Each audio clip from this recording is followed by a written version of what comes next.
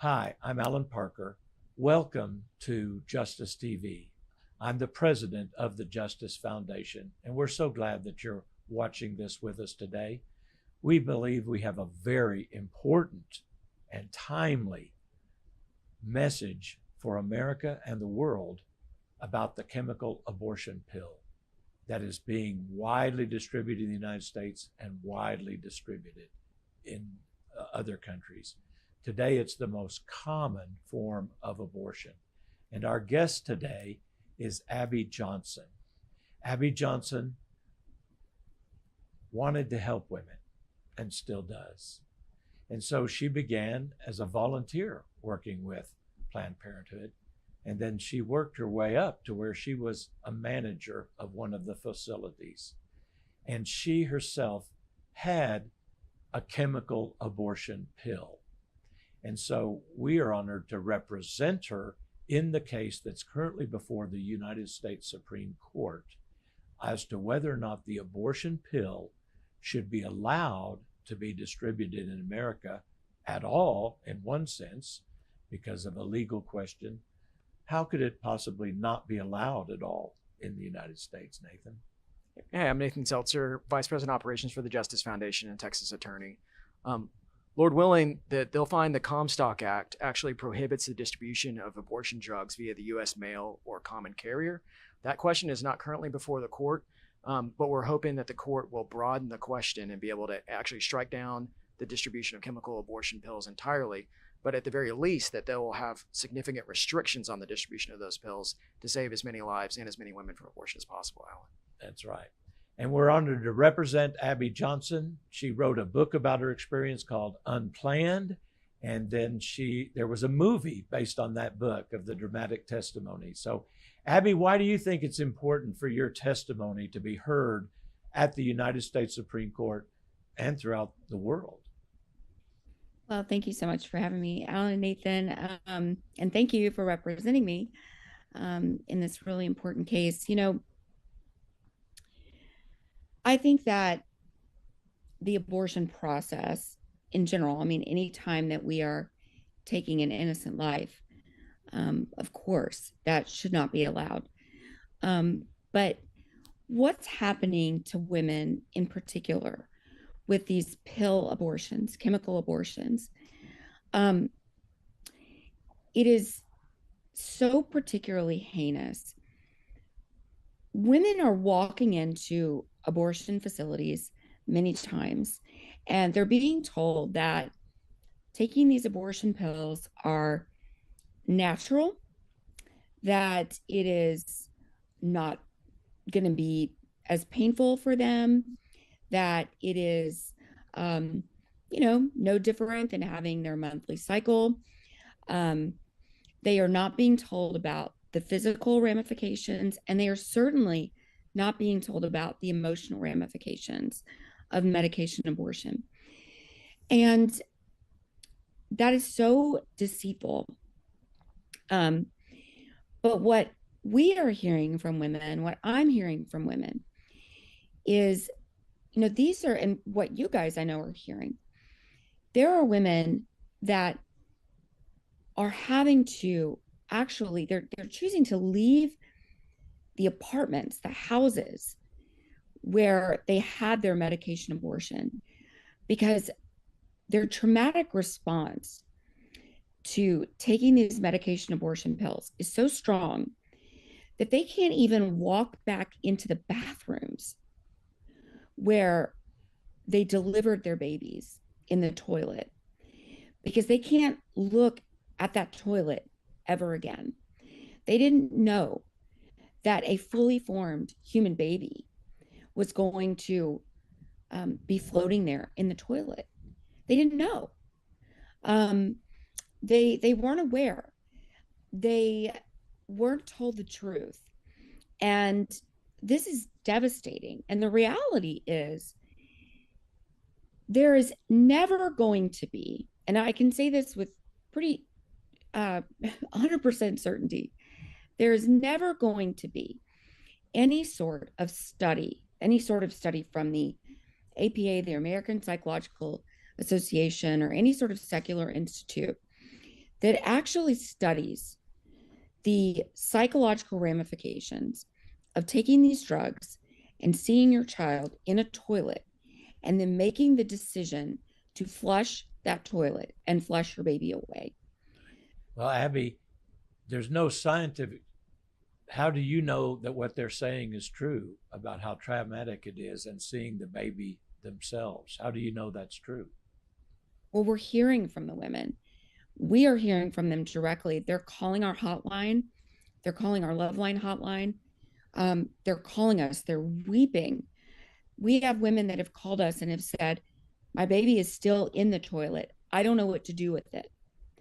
I don't know if I bury it. I don't know if I take it out. We have women that are calling us. They're sending us pictures of their baby. And they're saying, what do I do with this baby?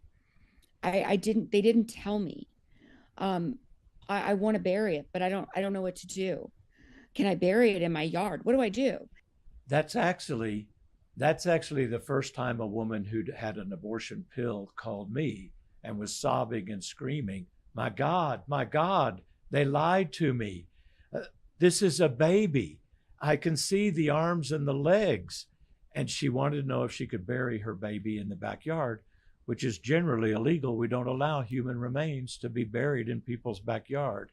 But that's actually sort of what happened to you in your experience that's dramatized in the movie Unplanned and put in our brief at the Supreme Court, that the pill was even more traumatic than a surgical abortion for you. Yes, 100%. I was working at Planned Parenthood at this time. So, I had been the one telling women that this is natural, this is safer, it's no big deal.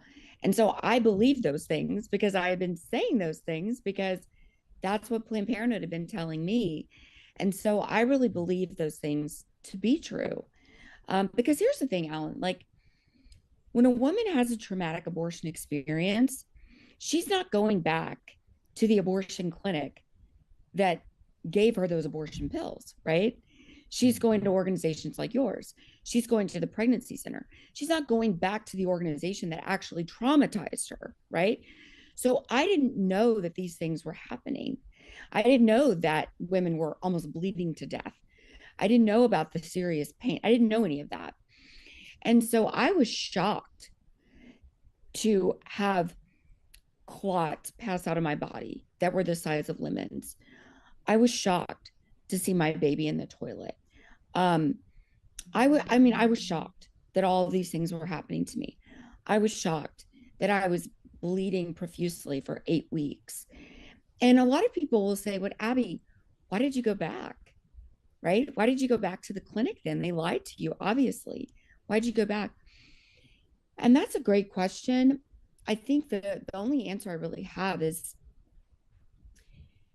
by the time that I went back, I think there was this self-loathing taking place in my mind. And I think I just kind of felt like, well, this is what I deserve, right?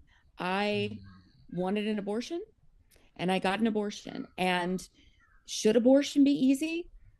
Probably not. Look at what I'm doing, right? This is what I deserve. Yes. That's how people feel. That's why I'm saying that. It wasn't what you deserved, but I want to just say that we represent thousands of women who have had abortions.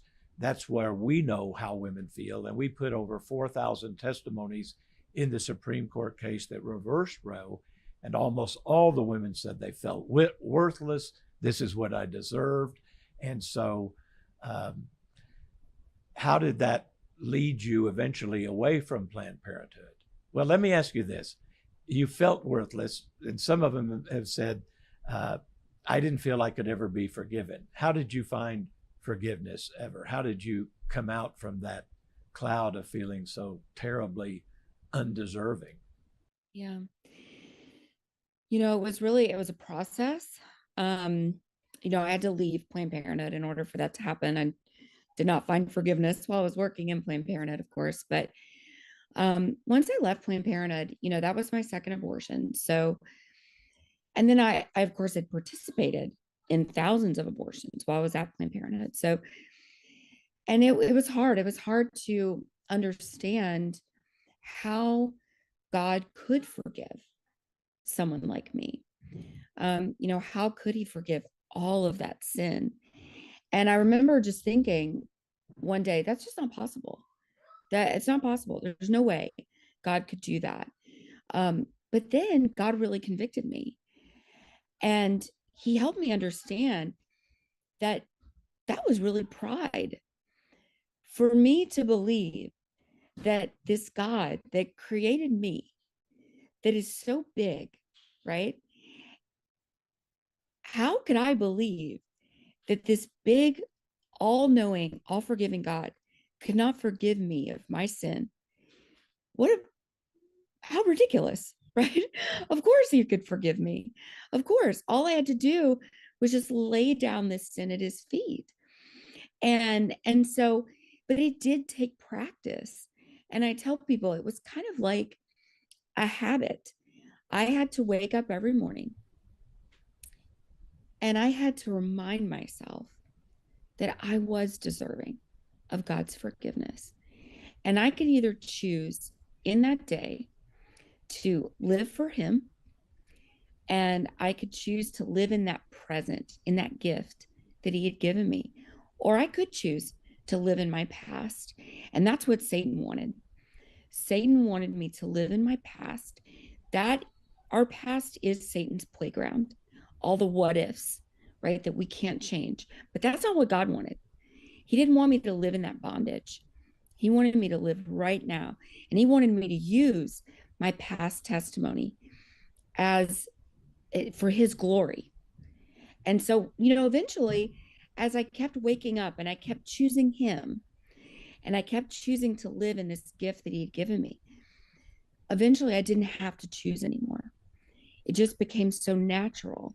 I just wanted to live in his glory. I wanted to live in that light.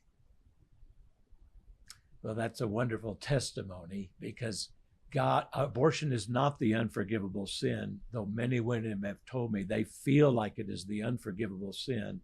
But Jesus Christ died on the cross to pay the penalty that sin deserves. And instead of women trying to punish themselves, they say they need to do as you did and say, I surrender it to you. I give it to you.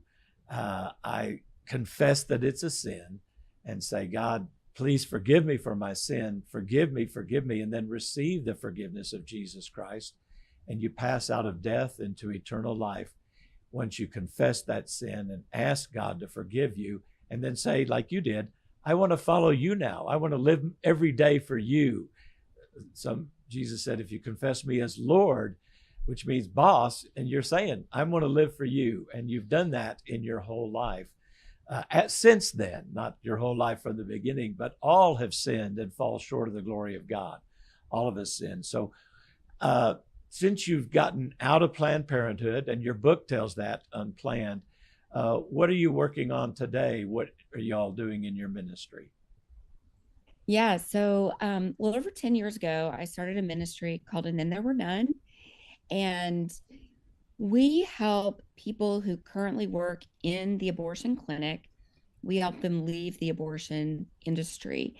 And our goal is to help them come into a saving relationship with Jesus Christ. That is the victory for us. Yes, we absolutely want to save babies from abortion, but really, the ultimate goal for us is to bring people into that saving knowledge of Christ. We want to make heaven crowded, right? And so we want that eternal change for people. And so that's what we're trying to do with And Then There Were None. And we are so blessed that God has opened that door for so many men and women. We have now helped almost 700 workers leave the industry and come into that salvation. And so it's been just such a beautiful gift and really just a miracle. People ask me all the time, what's it like to be on the phone with someone as they're walking out of that abortion clinic for the last time? And I tell people, it's like witnessing a miracle. because it really is. They're laying down that burden, and they are telling the Lord, I want you to be the boss of my life. And I have to tell you, I have messed up. I am not a good boss of my own life. I'm not a good supervisor of my own life. The Lord does a much better job. And so to watch him take over the lives of these men and women is really just such a blessing. And that's an amazing number, 700 people who've come out of the abortion industry, as you have done. And most of them have kind of become some very strong witnesses for what the lies and deception of the abortion industry are, from people who once practiced it and sometimes believing that it's true. All of us have been deceived by the lies of the abortion industry. We've got just a minute or two left, a couple of minutes. What do you think are some of those lies of the abortion industry that they tell women? So I think some of the biggest lies are that abortion is painless, bloodless, and it's sterile. Abortion is incredibly painful, both physically and emotionally. It is incredibly bloody. This is not a bloodless procedure because it's death. It's the killing of children. And it's a very gruesome, barbaric procedure. And it's not a sterile procedure. These abortions are taking place in some of the most filthy places in America. And it's endangering women, and it's endangering their health. But I think the greatest lie, Allan and Nathan, is that abortion gives women freedom. The abortion industry is trying to sell freedom to women, but there is nothing about abortion that creates freedom. It enslaves women. It enslaves them to regret. And motherhood is really freedom, because women are supposed to be mothers. That's what God creates us to do. It's who we are as women. And so there is such freedom in choosing motherhood and in choosing your child's life over death. I absolutely agree with you. I'm sure Nathan does too. He's got some wonderful children that I've been blessed with to see and have some time with. But also, if women doesn't want to choose to be a parent when she's pregnant, in America, there's a better alternative to abortion. The best is motherhood. And there are pregnancy centers, and this show could get you some resources.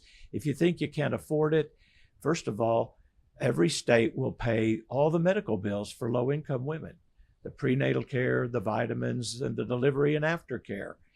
That's already the law in all 50 states, and every state has a safe haven law under which a woman can be free of the burden of parenting without killing the child and hurting herself. It's called the safe haven law, and you can drop the baby off at a hospital or fire station or other designated spot within a certain time after birth, or walk out of the hospital and leave the baby behind. And you can be free of the child if you feel you're not ready or whatever. And I'm not saying that's the best solution, but it's better than killing your child by far. You don't have to pay anything for it, unlike abortion. It's available in every state, and you can give life to that child. And if you're not ready to be a mother, there are 1 to 2 million women every year waiting to adopt a newborn baby in America. So we call that the love, love, love solution. And we thank you for being on the program today. Thank you so very, very much for being on the program. And we just, again, thank you for all you're doing. I guess one last thing, I think you're also doing a documentary to be called Unthinkable. What's that about? That's right. Yeah, we gathered over 30 former abortion workers together. And, a lot of times I left the industry and people go, well, that's just your experience. That was just your clinic. And so I said, okay, well, let's find out if that's true. So we gathered over 30 former abortion workers to see if, there are really these systemic issues in the abortion industry, or is what I experienced, just kind of a one-off.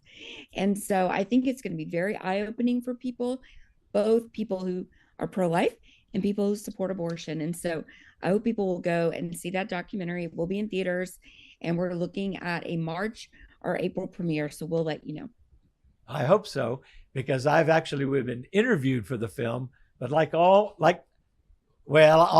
movies, I may end up on the cutting room floor. Who knows? No. Your interview was great. You'll be in it. Okay, good. There, I've got the producer's approval already. So we do represent thousands of women hurt by abortion, and we know how bad it is.